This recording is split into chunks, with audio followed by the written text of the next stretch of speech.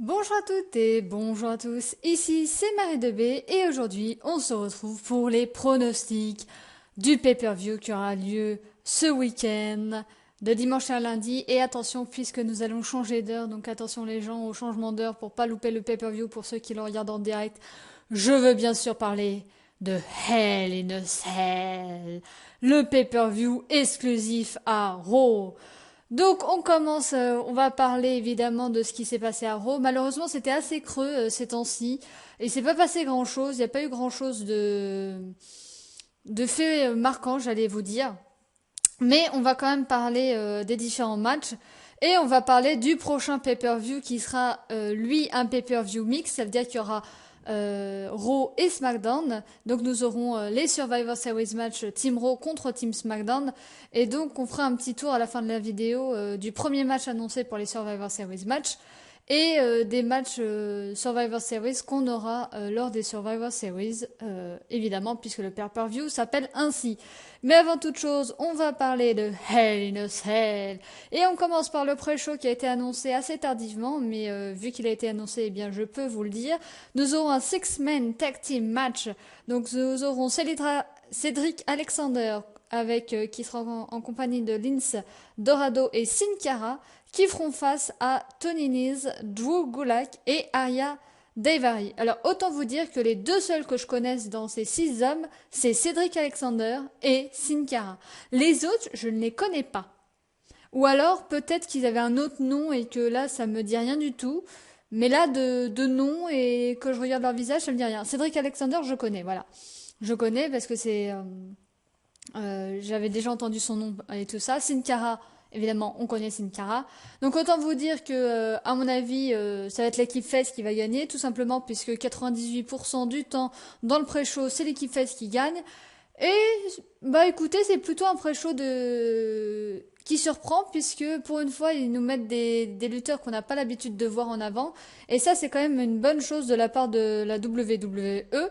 Donc je tiens à les féliciter pour ça. Après voilà, ça reste un coup très chaud. Je pense pas qu'il y ait des trucs assez foufou dedans, mais pourquoi pas. En tout cas, j'ai quand même hâte de voir ça et de voir les catcheurs en position, puisque vu que je les connais pas, et ben, ça permettra de les découvrir. On continue et on va tout de suite passer au match qu'on aura durant la soirée.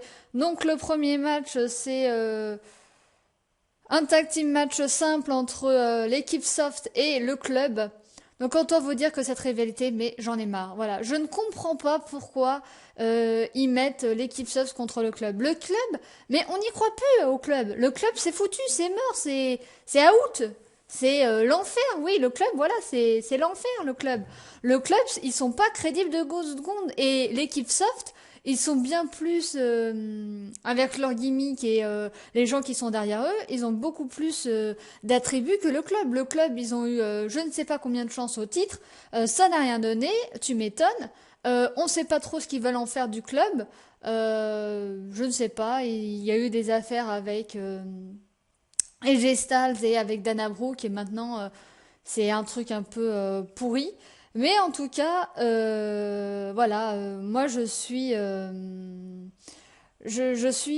déçue, quoi. Je suis désappointement parce que je trouve que l'équipe Soft mérite mieux que d'affronter le club. Alors vous allez me dire, bon, c'est toujours mieux que rien que de les avoir pas du tout durant le match. Je serais d'accord avec vous. Mais,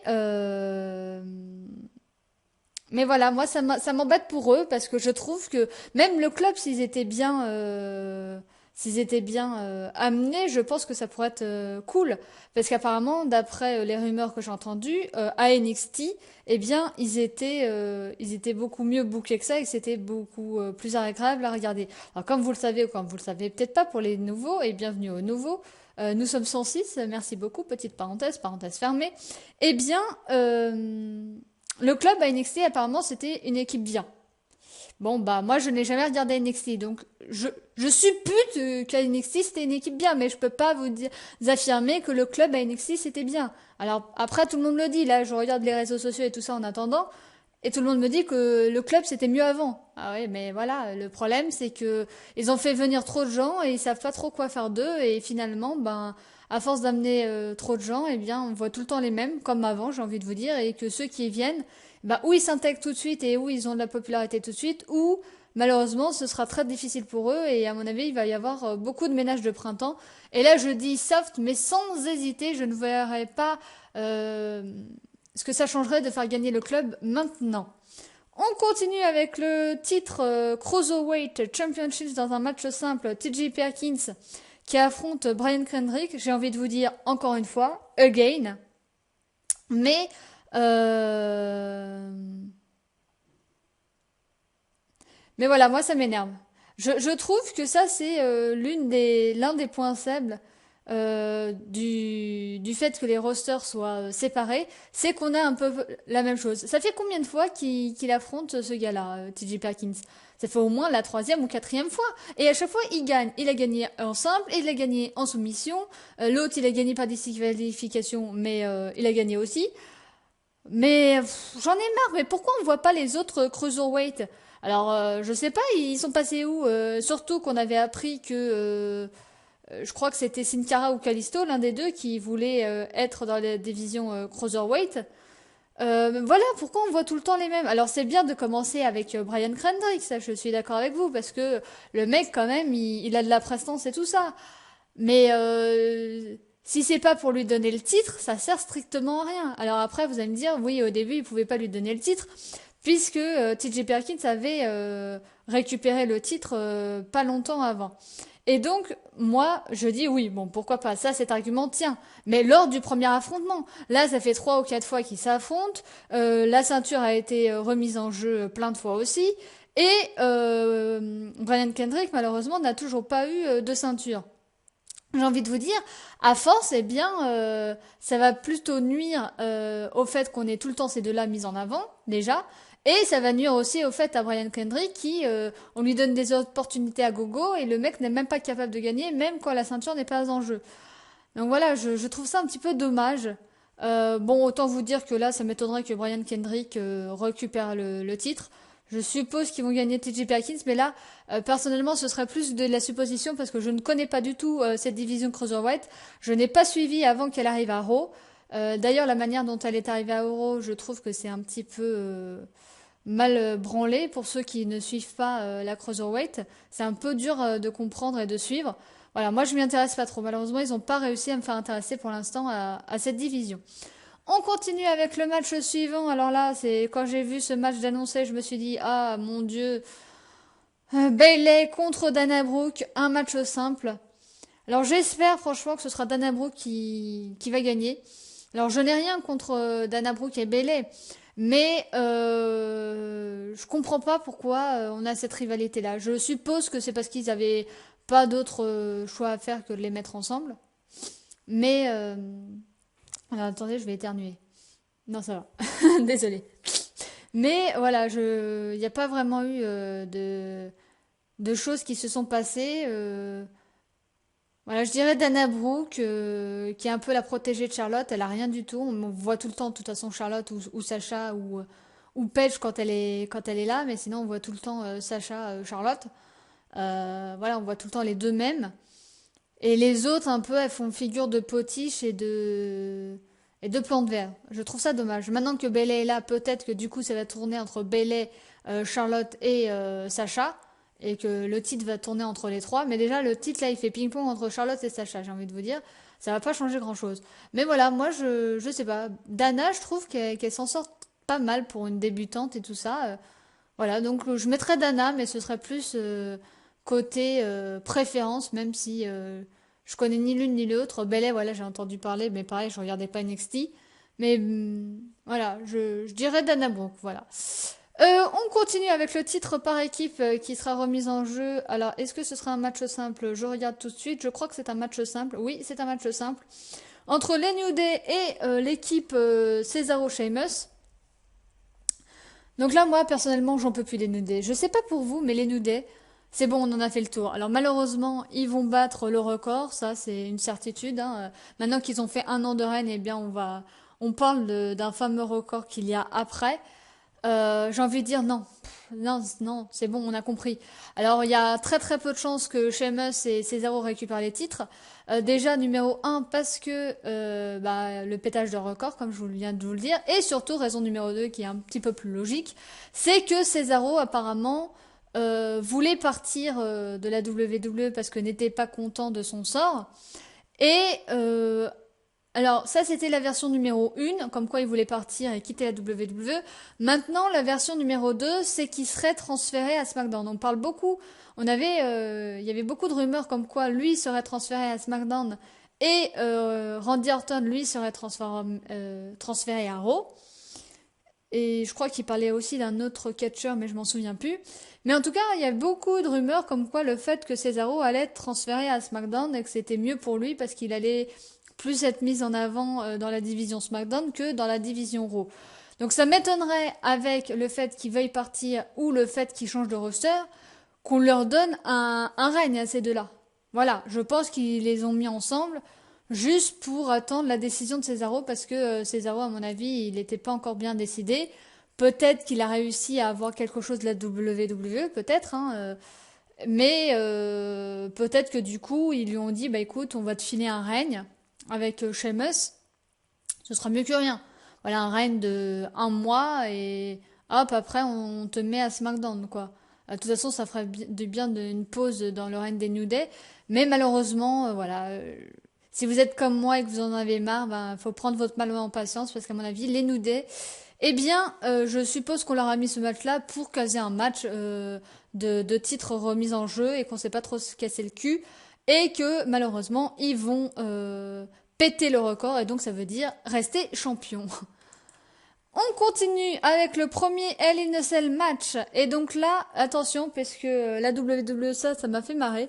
J'en parlerai lors du il y a 3 Hell in a Cell match dans ce pay-per-view, le titre des États-Unis, le titre des Divas et le titre universel de la WWE. Et là ça m'a fait marrer, je vous en parlerai un petit peu plus tard. Mais au début, non, je vais vous en parler maintenant. Mais au début, on devait avoir en main event le titre des divas en main event. Déjà parce que c'est la première fois que des filles vont être en cage. Alors là, ils en ont fait un pataquès. Ah là là, c'est innovant, c'est inédit, on n'a jamais vu ça. Les filles vont être dans une cage.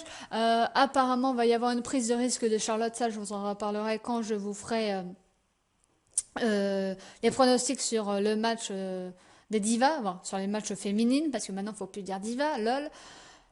Et finalement, la WWE, au lieu de mettre ce match en main event comme ils l'avaient annoncé, eh bien ils ont fait machine arrière et ils nous parlent maintenant d'un triple main event. Et donc c'est quoi le triple main event? C'est les 3 matchs en cage. Donc le match des États-Unis en cage, puis le match des divas en cage, puis le titre universel en cage. Donc à mon avis les 3 Hell in a Cell matchs vont se suivre. Je trouve ça pourri. Je trouve ça pourri. Je comprends pas pourquoi ils ont tant de mal à mettre des filles en main event, quoi. Surtout qu'on parle d'une prise de risque de Charlotte. Surtout que c'est inédit, comme ils le disent. Ça aurait fait monter les audiences d'avoir le titre féminin en main event, quoi. Et non, finalement, ben, on reste conforme, hein. On les met dans une cage, mais faut pas trop pousser mémé dans les orties. Ce sera un triple main event et pas en main event les filles.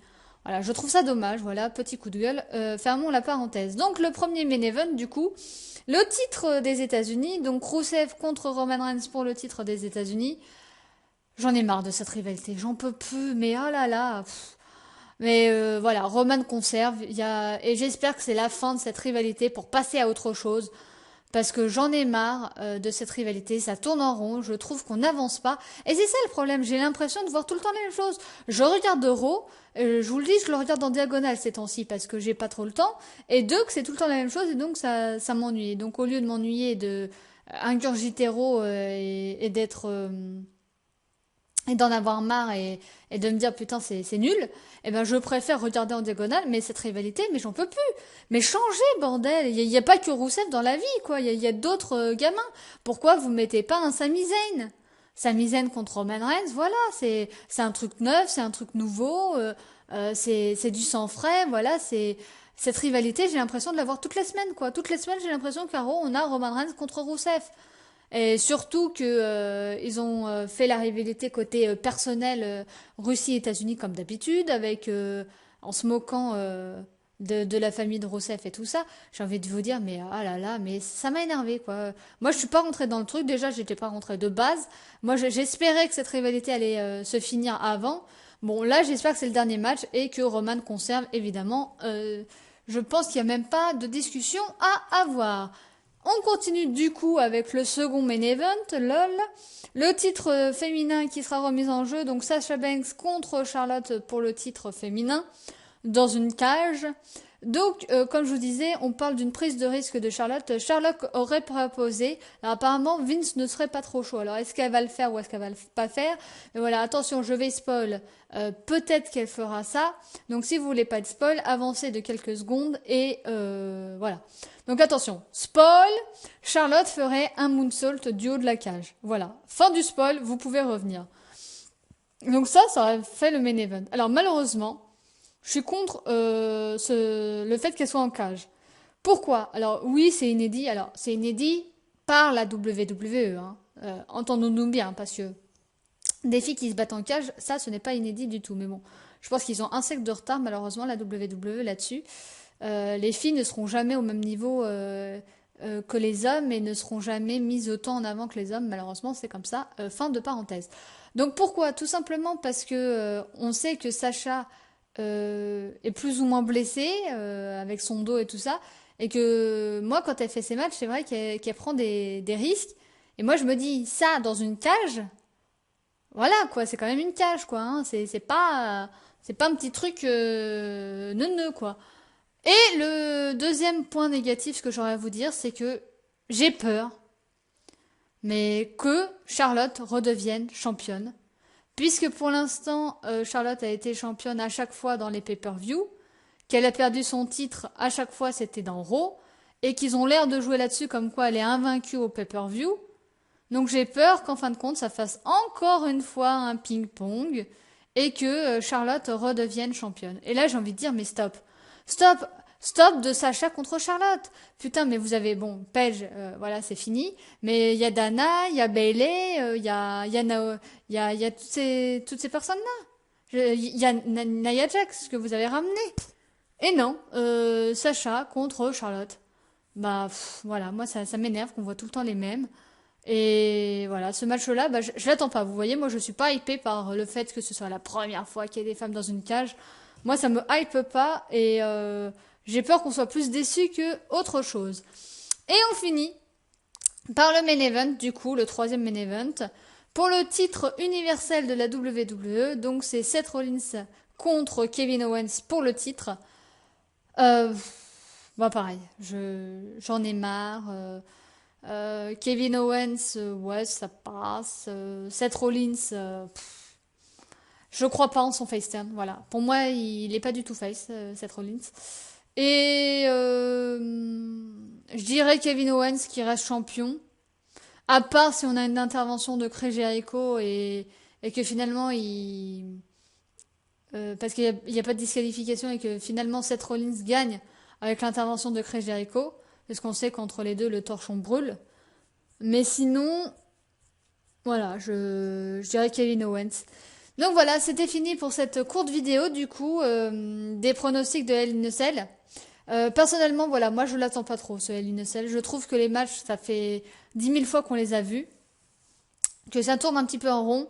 Et que je trouve que pour l'instant, ils se reposent un petit peu sur leurs acquis et que malheureusement, eh bien, j'ai l'impression que le fait qu'on ait des ressorts séparés maintenant, eh bien, qu'on voit tout le temps les mêmes en avant et que ça crée encore plus de distance entre les jobbers et ceux qu'on mettait en avant avant.